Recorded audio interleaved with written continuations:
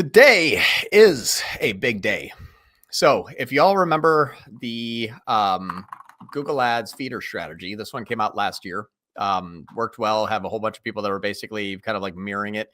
I even got an AI overview for feeder strategy. Like AI was like, hey, this is a thing now. So it's pretty cool. It's like how to set up feeder, how to harvest the feeder, like all this stuff is good. And then you can see a lot of times the big old mug of mine sometimes will pop up. But this is feeder strategy. It is working very, very well. This is for Google. We have our first proof of concept on a Meta Andromeda feeder strategy, which is actually super exciting because this is the next issue that the majority of advertisers are going to have with the Andromeda feature.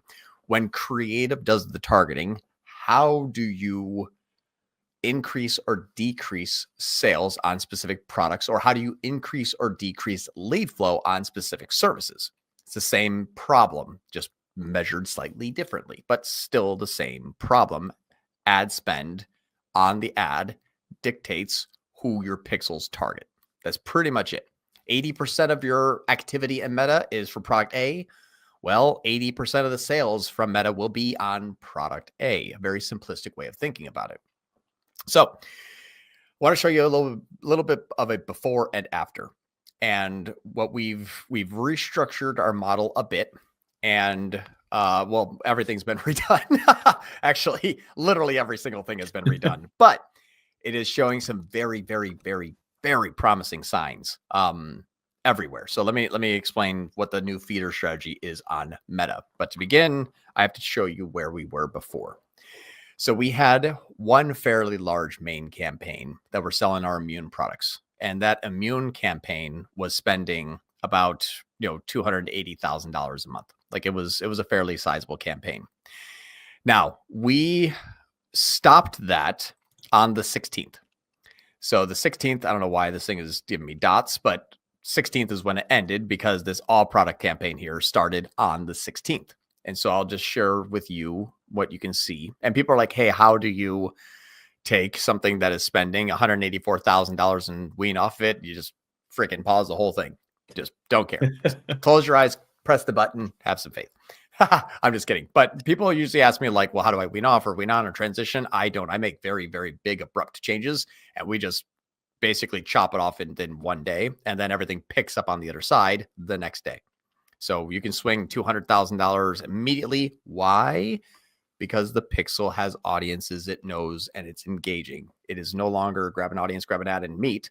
It is changing strategies and having the algorithm move with us slower than we're moving. So we can make fast changes and the algorithm will move slowly. So that's why I can make big, bold changes, because you don't actually see big, bold changes on the top line. It's a smooth transition. So our transition was, we got to pull out of the main immune campaign because 80% of our sales are from that immune product. Why? 80% of our spend is there. So when we transition to the all products campaign, you could probably imagine what was selling mostly in the all products campaign.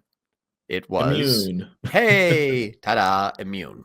Now, of course, immune new customers is 557 of the 624. Again, pixel targets. It's not up to our campaigns and our spend levels, not yet.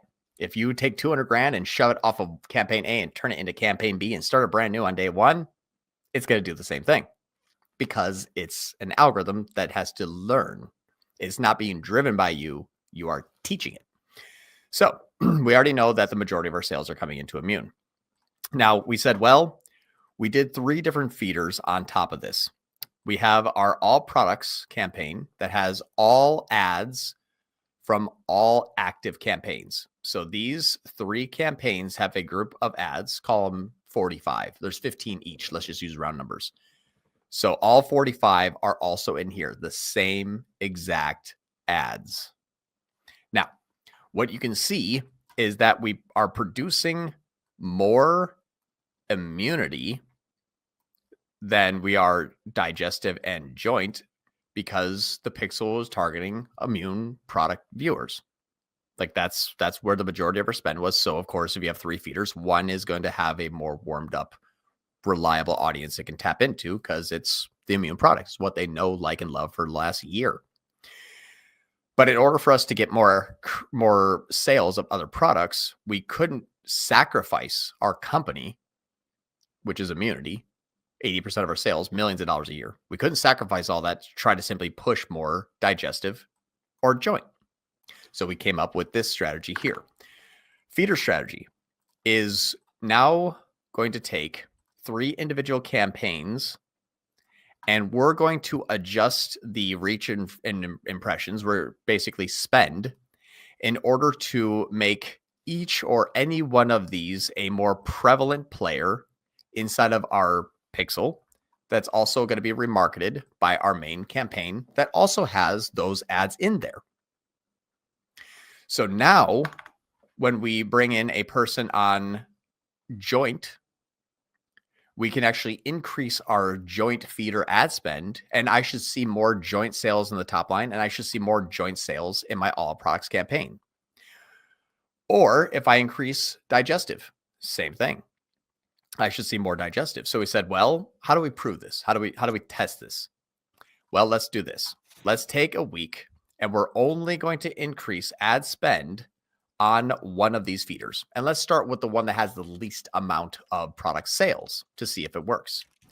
So you can see here that the amount spent is increased by 57% on our joint product. We did not increase our spend on digestive. And we actually saw that our immune feeder, we actually started to pull a little bit of money out of there. And that actually just started to spend instead of here anyway. But we actually said, let's pull out of immune a little bit here. Let's just see if we can steer this direction. Okay. So biggest thing we did was say, let's push 50% more spend. Remember this number, 57.8, 57% more spend into joint. And let's roll over here a little bit. And let's see how many joint new customers we got. Well, what you can see is that with a 50% increase in spend on joint feeder, we made 2 less sales on joint and we in the joint campaign, and we made 11 more joint sales in the main campaign. Why? Well, this campaign here, we purposely set up to not be able to see all of the attribution. We set up our main campaign on a 7-day click, 1-day view, 1-day engage view. Then we set up our feeders on 7-day clicks only. We know that the highest amount of ad spend is going to remarket every single thing it can. Every Meta user, regardless of where it came from, every Google user, organic, direct, email, it doesn't matter. It will remarket everybody. And since it will remarket, most of the time it's going to have the most 1-day views or 1-day engage view. And it's going to remarket the people that I drive in from the feeder like joint. Why? Because I actually have joint ads in there as well. So that is now the reason why when we look at our click-through rates during this time period between the 16th and yesterday compared to before, our click-through rate has increased 113%. Our click-through all increased 86%. We went from getting a 5% click-through rate on any ad, expanding the primary text to read about the dog story, whatever it is, to now 11. We have doubled our click-through rate. Why? Well, because this campaign that had the highest amount of ad spend was going to remarket everybody. So anybody that ever came from me anywhere interested in joint products, I'm going to remarket you with immune. Interested in digestive products, I'm going to remarket you with immune. No wonder why they only had a 5% click-through rate. Now, if you come to our website and looking for anything, I can remarket you with any product. And now I'm immediately relevant to you. My click-through rate has doubled. My CPC has been cut in half. My CPMs have actually gone up a little bit, about 5 to 6%. So I don't know why they're not here, but let me just do this real quick. I think I have CPM. Yeah, and I do have CPC. I just don't have them. Yeah, so CPM and CPC. If I go over to CPM, it's up 8%. My cost per click, though, because my click-through rate blasted to the moon, down 41%.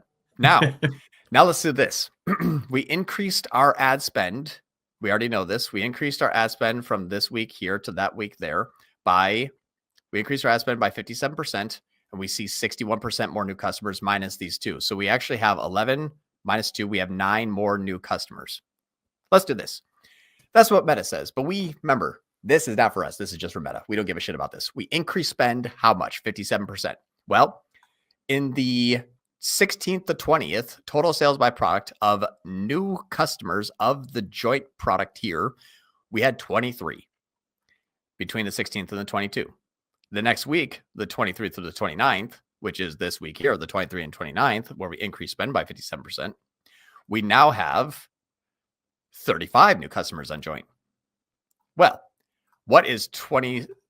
Oops, I did the wrong one. Let's do 23 to 35. Well, 23 to 35 is a 52% increase in new customers on that product. We literally spent 57% more money on joint and got 53% more new joint customers that Meta says, that a pixel says, that our tracking says, and our top line says in the first week. That's why I said that's without lag time, really. We only have about 2-day turnaround time too. So we can put 57% more spend into the joint feeder, and we got the main campaign to give us 57% more new customers in joint. And the top line says, yes, 57% more new customers in joint. I'm going to pause there and see if there's any questions so far.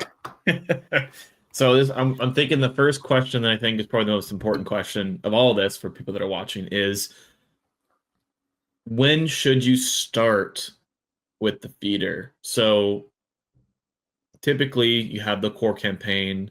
Let's say it's a new account. You're seeing if things work, testing out ad creative. When you're in that stage, do you recommend staying on 7-day click, assuming that you have capping imports? Or are you doing 7-day click, 1-day engage view, 1-day view? So we rebuilt everything from scratch. These are all brand new campaigns, and we spent 220 grand on it in like a week. Okay. So same rules previously, if you're in the school group, same rules for core campaign, find what's working. When you need to push a product, feeder strategy can help do that. Okay. So that's step one. You can rebuild, not a problem. Okay, cool. And one thing, just to further explain this, and I promise we'll grab a hole. The way that we have to think about this is product A, and this is product B, and then this is product like C here. Okay, these big. This is basically your spend levels. So the way we have to think about it is, this is spend on product A, this is spend on product B, and this is spend on product C. All we're doing is trying to grab something and then increase its share amongst the other ones. And this is feeder strategy right here. Yep. That's all. That's exactly as simplistic as we think about it. How do you push more spend on a product? Feeder. But it's within the structure that allows everything else to also work with it, like the main campaign, like the attribution setting, like first click API imports, etc. All the stuff that we've already taught.